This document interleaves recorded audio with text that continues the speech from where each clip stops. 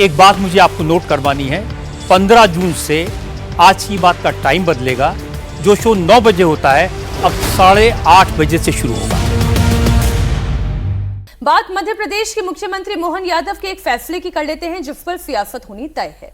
मोहन यादव सरकार ने सरकारी नौकरी के इच्छुक युवाओं को बड़ी राहत दी।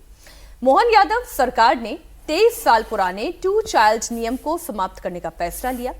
अब 2 से अधिक बच्चों वाले उम्मीदवारों पर सरकारी नौकरी पाने की रोक नहीं रहेगी। 2001 में दिग्विजय सिंह की सरकार ने जनसंख्या नियंत्रण के उद्देश्य से इस पॉलिसी को लागू किया था। मोहन यादव सरकार ने कहा है कि नए नियमों का मसौदा तैयार कर सार्वजनिक सुझावों के लिए रखा जाएगा और अंतिम अधिसूचना जारी होने तक 2 बच्चे की बाध्यता को लागू नहीं किया जाएगा। इसे कैसे देखें अजीत जी? देखिए ये बहुत बड़ी बात है। मतलब एक सिंपल मध्य प्रदेश के इसको आईने में मत देखिए। हम लोग पूरे साउथ में चारों राज्यों ने ये नियम किया। आंध्र प्रदेश ने सबसे पहले ये नियम हटाया। वहाँ नियम था कि आप लोकल बॉडीज के चुनाव नहीं लड़ सकते हैं अगर 2 से ज़्यादा बच्चे हैं, तो इस नियम को उन्होंने हटा दिया चंद्रबाबू नायडू ने। फिर तेलंगाना, आंध्र प्रदेश और तमिलनाडु तीनों राज्यों ने बल्कि इंसेंटिव्स दिए हैं तीसरे बच्चे के लिए और चौथे बच्चे के लिए भी इंसेंटिव दिया है। तो ये तो पहले साउथ में जो शुरू हुआ है, अभी मध्य प्रदेश ने किया। ये एक और अगर जनसंख्या का अनुपात देखें तो साउथ के मुकाबले नॉर्थ का वैसे ही ज्यादा है। लेकिन अभी वो मामला नहीं है, अभी पूरे देश का मामला है ये।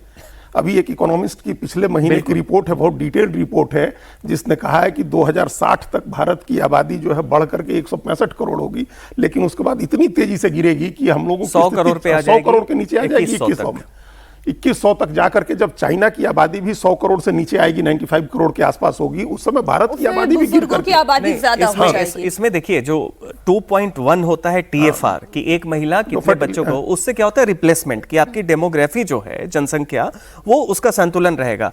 इंडिया का एवरेज ऑलरेडी कम है 1.9, मतलब आप घटने जा रहे हैं।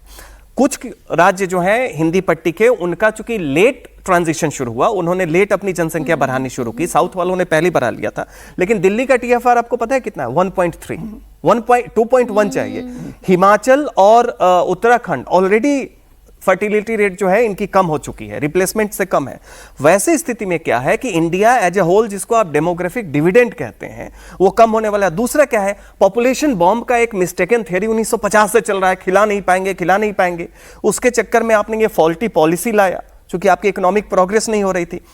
अब स्थिति क्या है, साउथ में अगर नॉर्थ के लोग माइग्रेट नहीं करें, हिंदी पट्टी के लोग नहीं करें, तो उनकी इकोनॉमिक जो परफॉर्मेंस है, रेवेन्यू क्रिएशन है, वो प्रभावित होगा।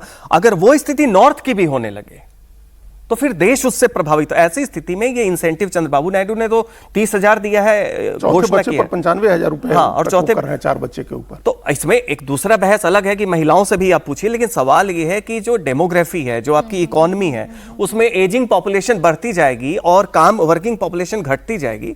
ये देश के लिए ऑलरेडी जो ट्रांजिशन आपका विजन विकसित भारत से लेकर तमाम है, उसके लिए चुनौती है।